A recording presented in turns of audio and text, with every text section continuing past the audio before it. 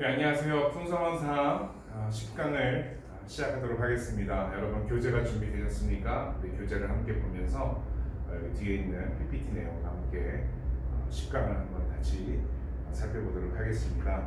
10강은 페이지 수로 158페이지입니다. 158페이지부터 10강이 이루어지는데 10강은 이렇게 네 가지로 나눠집니다. 생산 경영의 원리, 정의와 사랑, 두 번째는 정의와 사랑으로 살아가기, 세 번째는 세상 경영의 방법, 노동, 그리고 네 번째는 노동하며 살아가기. 이렇게 네 가지 소주제로 나눠져 있는데요. 먼저 세상 경영의 원리, 정의와 사랑에 대해서 함께 보도록 하겠습니다. 여러분, 그리스도 안에 있게 되었다는 것은 하나님 나라 시민이 되어 하나님의 다스림 안에 들어갔다는 뜻입니다. 이는 하나님의 원 계획을 다시 회복하는 것을 의미합니다. 여러분, 창세기 1장 27절에서 28절을 같이 한번 볼까요? 네, 같이 한번 읽어보겠습니다. 하나님이 자기 형상 곧 하나님의 형상대로 사람을 창조하시되 남자와 여자를 창조하시고 하나님이 그들에게 복을 주시며 하나님이 그들에게 이르시되 생육하고 번성하여 땅에 충만하라, 땅을 정복하라, 바다의 물고기와 하늘의 새와 땅에 움직이는 모든 생물을 다스리라 하시니라. 여러분, 세상을 창조하신 하나님의 원래 계획은 무엇이었을까요? 네, 바로 이 말씀 속에서 찾아볼 수 있는데요. 하나님의 원래 계획을 한번 보도록 하겠습니다. 하나님은요, 세상을 만드신 다음 그 세상을 직접 다스리고 통치하지 않으셨습니다. 그래서 그분과 인격적인 관계를 맺을 수 있는 사람을 만드시고 그에게 권한과 능력을 주셔서 세상을 다스릴 수 있게 하셨습니다. 자, 그렇다면 하나님이 다스리신다고 하실 때 그 다스림의 의미는 무엇인지 알고 계신가요? 하나님은 어떻게 다스리실까요? 159페이지를 한번 보면서 진행이 될 텐데 계속될 텐데요. 시편 89편 14절 말씀을 같이 한번 읽어보겠습니다. 의와 공의가 주의 보좌의 기초라, 인자함과 진실함이 주 앞에 있나이다. 아멘. 여러분, 사랑과 정의, 이 두 가지가 하나님의 다스림의 기본 개념입니다. 이 두 가지가 하나님에게 완벽하게 조화를 이루고 있는 것입니다. 정의와 사랑이 늘 같이 움직이는 것이 하나님의 다스림의 특징인 것이죠. 세상의 모든 잠재력이 최선의 모습으로 나타날 수 있도록 하나님의 사랑과 그 정의로 세상을 경영한다는 것을 뜻하는 것입니다. 여러분, 그렇다면 성경이 우리에게 세상을 다스리라 라고 할 때 그것은 어떻게 하라는 뜻일까요? 우리 159페이지를 계속 보도록 하시겠습니다. 그 말뜻은 이것입니다. 세상의 모든 잠재력이 최선의 모습으로 나타날 수 있도록 하나님의 사랑과 정의로 세상을 경영하는 것을 뜻합니다. 하나님이 세상을 만드실 때 품으셨던 놀라운 뜻이 온전히 이루어질 수 있도록 그분의 정의에 기초하여 그분의 사랑을 닮은 사랑으로 세상을 섬기고 이끌어야 한다는 것입니다. 여러분, 160페이지를 한번 같이 보겠습니다. 정의와 사랑으로 살아가기. 자, 그렇다면 어떻게 정의와 사랑으로 이 세상을 살아갈 수 있을까요? 우리 함께 계속해서 성경 구절을 읽을 텐데요. 하나님이 세상을 다스리는 원리를 어떻게 이야기하는지 같이 보도록 하겠습니다. 시편 9편 8절, 9절, 12절입니다. 같이 한번 읽어보겠습니다. 공의로 세계를 심판하시며 정직으로 만민에게 판결을 내리시리로다. 여호와는 압제를 당하는 자의 요새이시오 환난 때의 요새이시로다. 피 흘림을 신문하시는 이가 그들을 기억하시며 가난한 자의 부르짖음을 잊지 아니하시는도다. 아멘. 자, 여러분, 주님은요 정의로 세상을 다스리시고 심판하십니다. 우리 개인을 심판하실 뿐만 아니라 이 나라도 심판하십니다. 9절은 힘에 의해서 자기가 마땅히 누려야 할 정의와 권리를 빼앗긴 사람들에게 하나님께서 피할 요새가 되신다고 말합니다. 또한 하나님의 정의가 살아 있었다면 받지 않았을 어려움을 당하는 사람들이 피할 견고한 성이 되십니다. 또 12절에서는 살인자에게 보복하시는 분이라고 말하며 억울하게 죽어간 사람들을 기억하신다고 합니다. 고난받는 사람의 부르짖음을 모른 채 하지 않으시는 하나님을 우리는 이 말씀을 통해 기억해야 할 것입니다. 그러면 세상을 다스리는 원리를 좀 더 보기 위해서 아모스서 5장 24절을 같이 한번 읽도록 하겠습니다. 읽을까요? 오직 정의를 물같이 공의를 마르지 않는 강같이 흐르게 할지어다. 아멘. 하나님은 세상에서 공의가 물처럼 흐르고 정의가 마르지 않는 강처럼 흐르기를 원하십니다. 정의의 문제는 단지 우리 사람의 마음의 문제가 아니라 우리가 세상을 살면서 경험하는 문제입니다. 우리가 세상에서 불이익을 당하더라도 정의가 흐르도록 해야 합니다. 계속해서 한번 말씀을 보겠습니다. 야고보서 4장 17절과 5장 1절과 4절의 말씀입니다. 그러므로 사람이 선을 행할 줄을 알고도 행하지 아니하면 죄니라. 들어라 부한 자들아, 너희에게 임할 고생으로 말미암아 울고 통곡하라. 보라, 너희 밭에서 추수한 품꾼에게 주지 아니한 삭시 소리 지르며 그 추수한 자의 우는 소리가 만군의 주의 귀에 들렸느니라. 아멘. 여러분, 누군가가 억울하다고 하나님께 소리칠 때 하나님이 그 소리에 그래, 내가 억울한 것이 맞다 하시면서 그것이 하나님이 말씀하시는 것이 정의입니다. 우리와 관계된 사람이 억울하다고 말할 때 우리는 그것을 다 알지 못할 수 있습니다. 그러나 하나님은요, 하나님 보시기에 그 억울함이 정당하다면 우리는 하나님의 정의를 무시한 셈이 될 수도 있습니다. 또한 정의가 무엇인지 알면서도 그대로 행하지 않는 것이 바로 죄입니다. 다음은 하나님의 공의와 사랑의 원리가 어떻게 적용되는지 한번 같이 보도록 하겠습니다. 여러분, 다음 영역에서 특별히 하나님의 공의와 사랑의 원리를 생각하고 적용할 내용은 어떤 것이 있을지 162페이지를 보시면서 보도록 하겠습니다. 내가 주로 하는 일이나 직업이 하나님의 공의와 정의를 진전시키는 일인지 거스리는 일인지 한번 생각해보며 점검해봐야 하겠습니다. 나의 일터에서 내가 하는 모든 일들이 하나님의 정의와 공의에 얼마나 가까운지 한번 점검해보도록 하겠습니다. 첫 번째는 내가 속한 공동체, 직장과 지역이겠죠. 이런 일이 있을 수 있겠죠. 힘이 없는 아랫사람을 어떻게 대우하고 있는지, 또 힘이 있는 사람에 대해서는 내가 어떻게 대하고 있는지 우리 한번 점검해 보길 바랍니다. 두 번째, 우리 사회에서 경험되어지는 것이겠죠. 특별히 소외된 사람들, 우리는 사회적인 약자에게 무관심해서는 안 됩니다. 관심도 갖고 그리고 우리 행동으로 적극적인 그 관심의 표현을 해야 합니다. 세 번째, 우리 사회의 불이한 구조와 시스템에 대해서 우리는 이야기할 수 있어야 됩니다. 사회 곳에 존재하는 부조리와 불이한 구조 시스템을 보완하고 기억하는 일에 적극적으로 참여해야 합니다. 자신과 관계된 부분부터 시작해서 자신이 속한 사회 구성원들, 특히 사회적 약자들을 배려하는 구체적인 방법들을 찾아봐야 합니다. 그 다음으로는 우리가 살고 있는 세상의 자연과 생태계입니다. 요즘 많이 덥습니다. 요즘 많이 더운 이유를 온난화 현상, 그리고 이 지구의 어떤 자연의 흐름들이 파괴되었기 때문에 이런 일들이 일어난다고 합니다. 누가 그랬을까요? 사람이 그랬죠. 사람의 무엇이 그랬을까요? 사람의 욕심이 그런 건데요.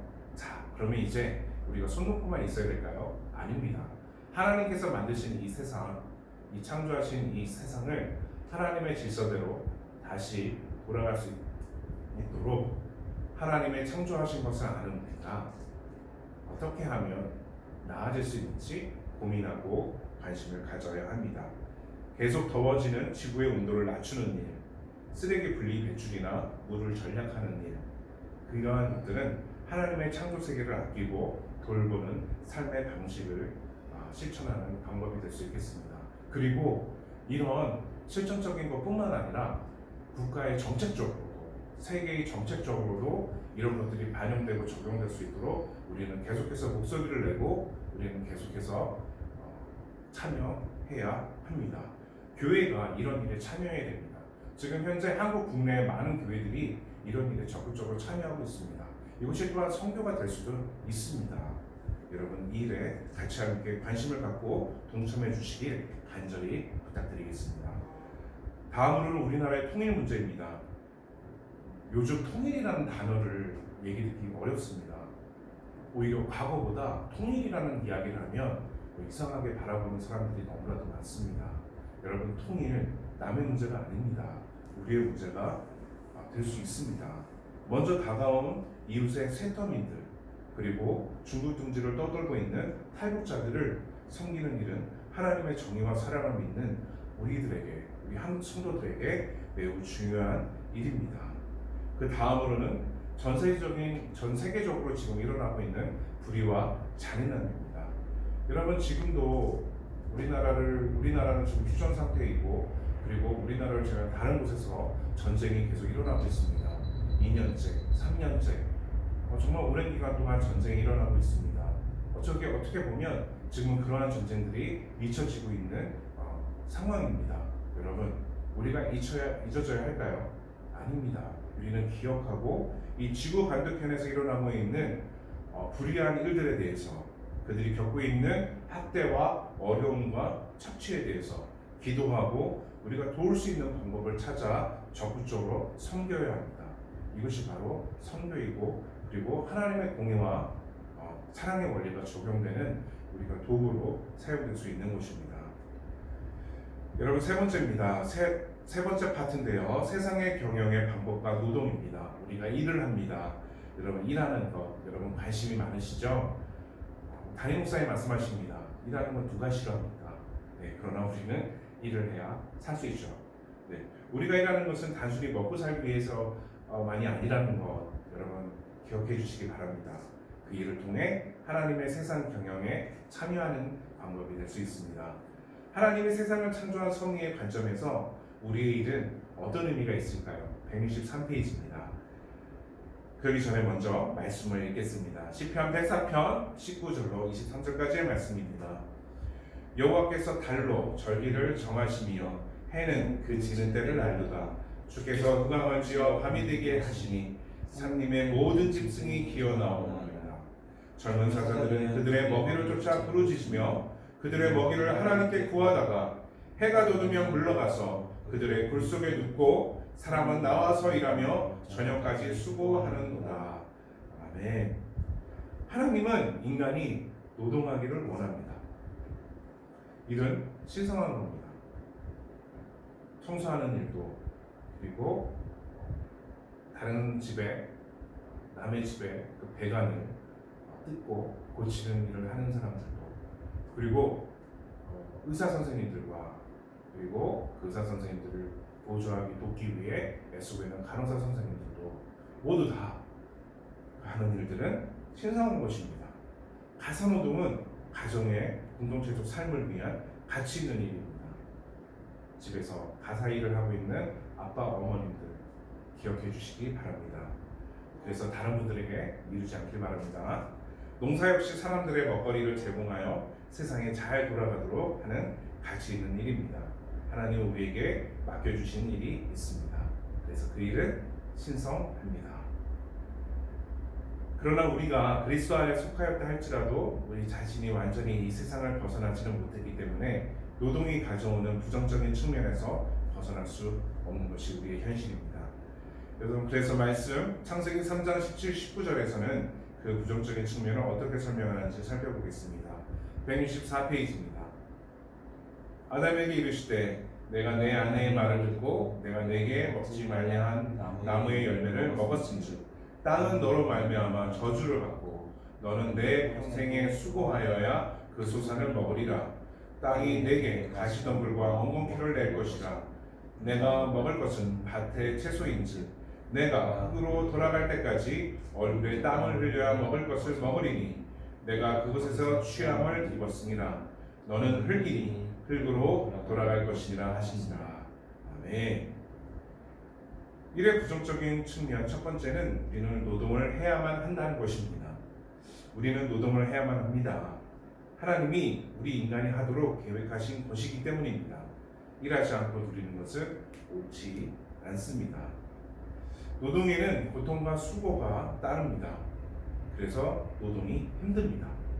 애쓰고 수고하지 않고 되는 일은 하나도 없다는 것 우리 모두 알고 있습니다.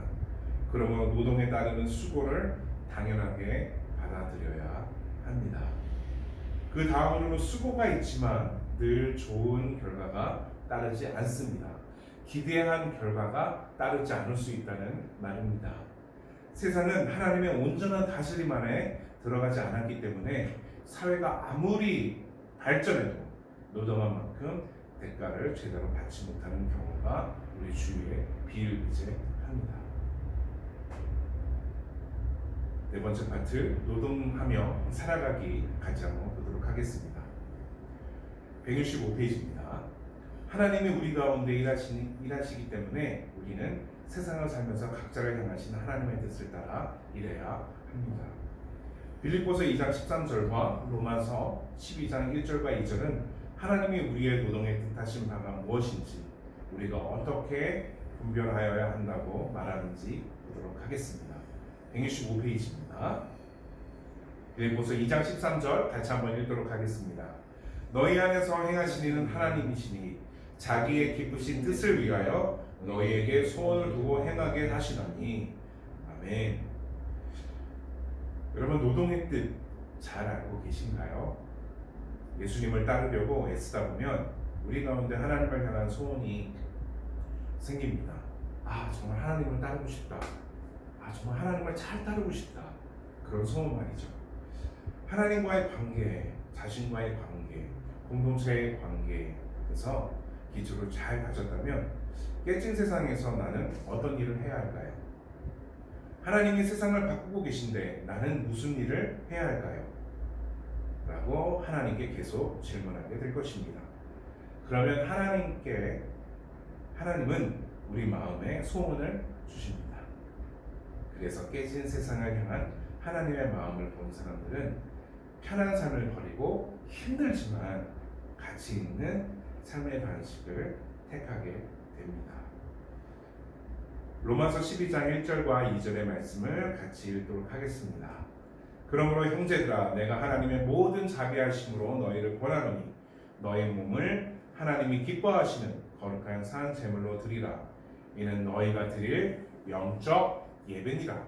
너희는 이 세대를 본받지 말고 오직 마음을 새롭게 함으로 변화하라. 하나님의 선하시고 기뻐하시고 온전한 뜻이 무엇인지를 분별하도록 하라.